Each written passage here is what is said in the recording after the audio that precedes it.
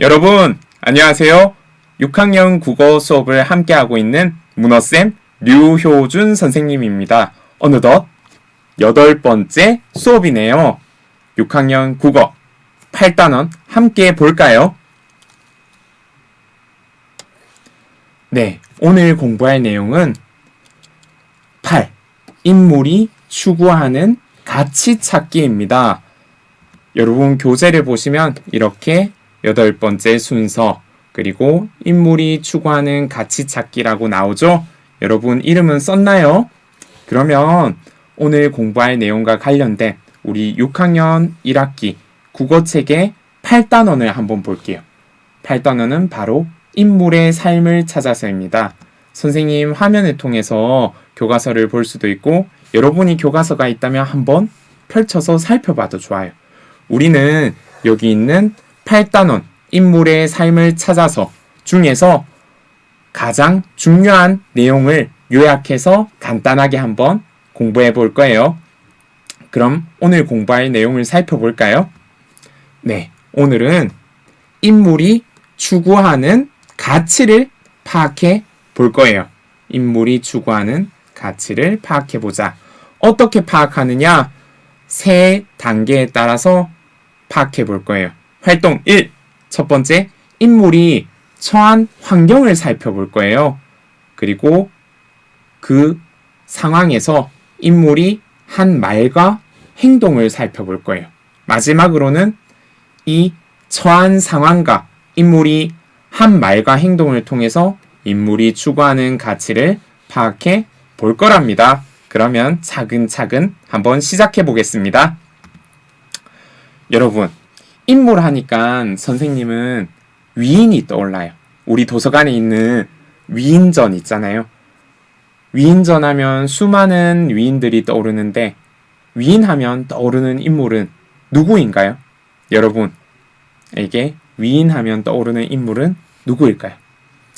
우리나라에서 대표적으로 떠올리기 좋은 혹시 이 인물 떠올린 친구 있나요? 누구죠? 맞아요. 세종대왕이십니다. 세종대왕. 바로 우리가 지금 쓰고 있는 한국어를 만들어 주신 조선시대 임금이자 학자셨던 세종대왕. 떠올린 친구 있나요? 선생님이랑 마음이 통했네요. 두 번째, 혹시 이 인물 떠올린 친구 있나요? 여성인데 일제강점기 때 독립운동을 이끌었던 학생, 바로 유관순입니다. 유관순 떠올린 친구 있나요? 맞아요. 선생님이랑 통했네요. 마지막으로 혹시 이 인물을 알아보는 친구가 있는지 모르겠어요. 자, 이 인물 누구인가요? 뭔가 왕인 것 같기도 하고 왕은 아닌 것 같기도 한데 높은 벼슬에 있는 것 같이 이런 사진을 남긴 이 인물은 누구일까요? 이 인물은 바로 힌트를 줄게요. 선생님이 단서를 줄 테니 추론해 보세요. 누굴까? 이 단서를 보니까 단번에 알아보겠네요. 바로 거북선을 만들어서 외적을 무찔렀던 누구? 이순신이네요. 혹시 여러분이 떠올린 인물이 여기에 나오나요? 한 명 나온다고요? 두 명? 세 명 다 나온다고? 대단한데? 자, 선생님은 요렇게 인물을 떠올려 봤는데요. 우리나라 사람들이 가장 사랑하는 위인이 이 안에 있어요. 우리나라 사람들이 가장 사랑하는 위인 누굴까요? 맞습니다. 바로 이순신입니다. 그러면은 오늘은 이순신과 관련된 이야기를 한번 읽어보도록 할게요. 그러면서 이순신은 어떤 상황에 처했고 어떤 말과 행동을 했는지 살펴보면서 우리 이순신에 대해서 좀 더 알아보도록 해요. 이제 이야기를 살펴보겠습니다. 이순신이 처한 상황을 생각하며 어떤 글? 제게 12척의 배가 있으니를 읽어보겠습니다. 제게 12척의 배가 있으니 글 이강엽, 그림 류동필. 이순신이 물러난 뒤 원균이 삼도 수군 통제사가 되었습니다. 원균은 삼도 수군 통제사가 되자마자 부산을 치라는 명령을 받았습니다. 원균 역시 처음에는 그렇게 할 수 없다고 했습니다. 그렇지만 계속해서 명령이 떨어지자 따를 수밖에 없었습니다. 결과는 뻔했습니다. 조선 수군은 무참하게 져서 원균은 죽고 배는 부서졌으며 싸움에 나갔던 병사들도 대부분 죽거나 포로가 되었습니다. 1597년 8월 나라에서는 이순신을 다시 삼도 수군 통제사로 세웠습니다. 이순신은 전라도로 내려가면서 남은 배와 군사를 모았습니다. 그나마 여기저기 상한 배 12척과 120명의 군사를 모을 수 있었습니다. 나라에서는 아예 바다를 포기하고 육군으로 싸우라고 했습니다. 이순신은 임금님께 글을 올렸습니다. 지난 5, 6년 동안 일본이 충청도와 전라도 쪽으로 공격해오지 못한 것은 수군이 그 길목을 막고 있었기 때문입니다. 이제 제게 12척의 배가 있으니 죽을 힘을 다해 싸운다면 이길 수 있을 것입니다. 이순신은 오랜 고민 끝에 울돌목을 싸움터로 정했습니다. 울돌목은 육지와 육지 사이에 낀 아주 좁은 바다였습니다. 그 사이를 흐르는 물살이 어찌나 빠른지 물 흘러가는 소리가 꼭 흐느껴 우는 소리 같다고 해서 그런 이름이 붙은 곳입니다. 또 물살 방향도 하루에 4번씩이나 바뀌는 특이한 곳이었습니다. 이순신은 작전을 짰습니다. 우리는 모든 것이 적다. 무기도 적고 군사도 적고 배도 적다. 적은 것을 갑자기 늘릴 방법은 없다. 그러나 많아 보이게 할 수는 있을 것이다. 이순신은 우선 고기잡이 배와 피난 가는 배들을 판옥선처럼 꾸미게 했습니다. 실제로 쌓을 수 있는 배는 먼저 구한 12척과 나중에 구한 1척, 이렇게 총 13척밖에 안 되었지만 멀리서 보면 수십 척의 판옥선이 갖추어진 것처럼 보이게 한 것입니다. 백성들에게는 바다가 보이는 육지의 산봉우리에서 계속 돌아다니게 했습니다. 마치 우리 군사의 수가 많은 것처럼 보이게 한 것입니다. 이순신은 모든 준비를 끝낸 뒤 부하 장수들을 불러 모았습니다. 죽으려 하면 살고 사그려 하면 죽는다. 오늘 우리는 이 말처럼 죽기를 각오하고 싸워야 한다. 마침내 수많은 적선이 흐르는 물살을 타고 우리 수군 쪽으로 빠르게 쳐들어왔습니다. 그러나 이순신은 물살 방향이 조선 수군에게 유리해질 때까지 공격하지 못하게 했습니다. 드디어 물살 방향이 반대로 바뀌자 이순신은 일제히 공격하도록 지시했습니다. 적이 당황하는 사이에 이번에는 좁은 물길에서 쳐놓은 쇠사슬을 당기게 했습니다. 단번에 30척이 넘는 적의 배가 쇠사슬에 걸려 부서져 버렸습니다. 일본 배들은 뒤로 물러나려고 했습니다. 그렇지만 물살이 너무 세서 배를 돌릴 수가 없었습니다. 쇠사슬 때문에 앞으로 나아갈 수도 없었습니다. 우리 수군은 이때를 놓치지 않았습니다. 적의 배를 향해 총통을 쏘고 불화살을 날리며 총공격을 했습니다. 단 13척의 배로 133척의 배를 물리친 기적같은 전투였습니다. 이 전투가 바로 명량대첩입니다. 백성들은 이순신을 믿고 다시 모여들기 시작했습니다. 오랜만에 평화였습니다. 그러나 이상하게도 이순신의 마음은 불안하기만 했습니다. 꿈자리도 뒤숭숭했습니다. 말을 타고 언덕 위를 가다가 말에서 떨어졌는데 막내 아들 면이 밑에서 이순신을 받는 꿈이었습니다. 참으로 이상했습니다. 나쁜 꿈은 바로 다음날 현실로 드러났습니다. 면이 마을을 기습해온 일본군과 싸우다가 죽었다는 소식이 날라든 것입니다. 일본군이 이순신에 대한 분풀이로 이순신의 고향 마을을 공격한 것이 분명했습니다. 면은 이제 겨우 21살의 젊디 젊은 청년이었습니다. 이순신은 이 일이 자기 탓처럼 여겨졌습니다. 내가 죽을 것을 그 애가 대신 죽었구나. 마음속에서는 이런 소리가 터져 나왔습니다. 밤이면 몇 번씩 자다 깨다 했습니다. 그러다가 코피를 한 사발씩 쏟기도 했습니다. 잠깐만 눈을 붙여도 아들 면의 모습이 보였습니다. 이순신은 자기도 모르게 이를 악물었습니다. 이제는 끝내야 해. 아직도 저에게는 12척의 배가 있습니다.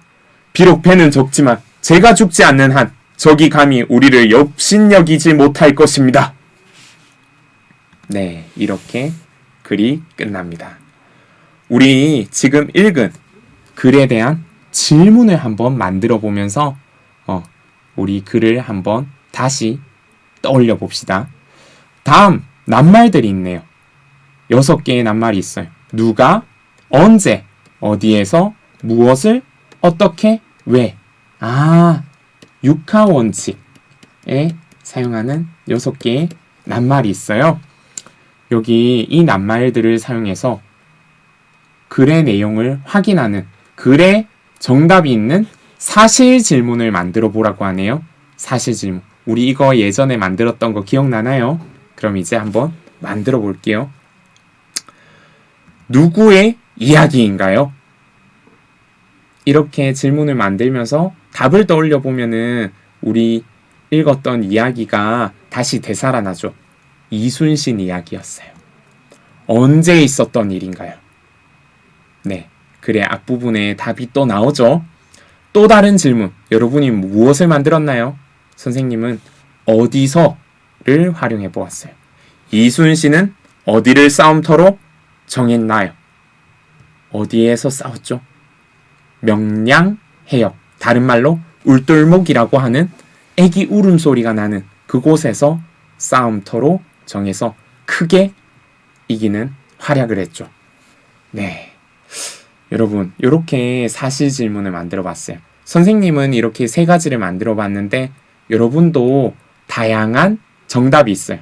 그렇기 때문에 여기 있는 6가지 낱말을 활용해서 질문을 만들어 보고 스스로 답해 보세요. 교재에 정리했으면 이제 사실 질문이 아닌 추론 질문을 만들어 볼 거예요. 추론 질문이 뭐였지? 바로 이야기 속에 답이 바로 있진 않아요. 뭐냐 하면은 이야기를 통해서 또 생각해 볼 수 있는 질문이에요. 인물에게 하고 싶은 추론 질문. 자, 그러면 보기를 볼까요? 울돌목을 싸움터로 정하고 작전을 짜면서 이길 수 있다고 생각했나요? 이 답이 이야기에 바로 나오진 않죠. 하지만 우리는 추측할 수 있어요. 그렇기 때문에 이런 질문을 무슨 질문이라고 한다? 추론 질문이라고 합니다. 그러면은 이제 질문을 한번 만들어 볼까요? 왜 부하들에게 죽으려 하면 살고 살려 하면 죽는다 라는 말을 했나요? 라고 선생님은 이순신에게 묻고 싶어요. 여러분이 또 묻고 싶은 질문은 무엇인가요? 이순신께 묻고 싶은 질문. 혹시 이런 질문 만든 친구 있나요?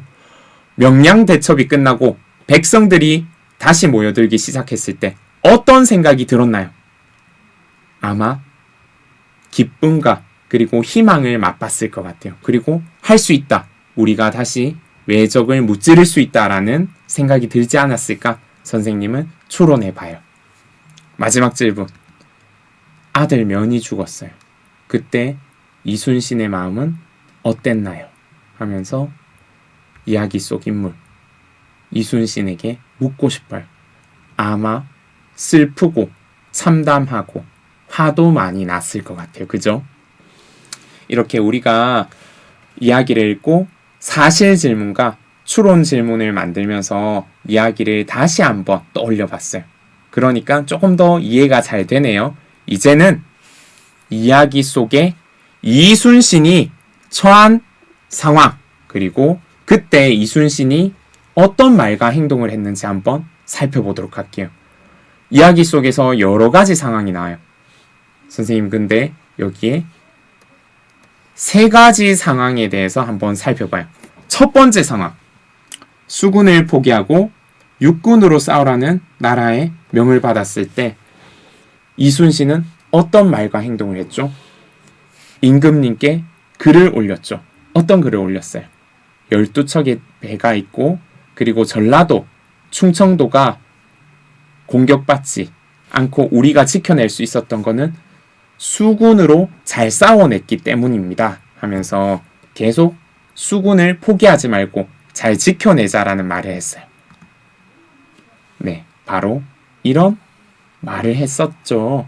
12척의 배가 있으니 죽을 힘을 다해 싸우면 우리가 이길 수 있다라고 말을 했어요. 두 번째 상황. 결국 이순신은 일본군과 울돌목에서 싸우게 되었어요. 이 상황에서 이순신은 어떤 말과 행동을 했습니까? 배와 군사들이 많아 보이게 하려고 판옥선을 만들기도 하고, 그리고 물살을 이용해서 적선을 공격하는, 기다렸다가 작전을 짜서 공격하는 그런 행동을 했어요. 또 죽으려 하면 살고 살려 하면 죽으니 죽기를 각오하고 싸워야 한다라고 말도 했어요. 이것은 언제 들어도 명언인 것 같아요. 마지막으로 아들 면이 죽었어요. 이때 이순신은 어떤 말과 행동을 했나요? 이를 악물었어요. 화가 많이 났고, 하지만 이겨내야겠다라는 마음으로 이를 악물었어요. 그리고 이제는 모든 것을 끝내야만 한다고 생각했어요. 그래서 전쟁에서 이겨서 이 긴 전쟁을 끝내야만 한다라는 생각을 가졌어요. 이렇게 인물이 처한 상황과 그때 이순신의 말과 행동을 살펴보았어요. 그러면 이순신은 왜 그렇게 말하고 행동했을까요? 왜? 여기 한번 살펴보겠습니다.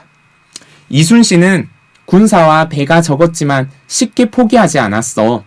어떤 어려움도 극복할 수 있다고 생각하는 사람이었기 때문이야.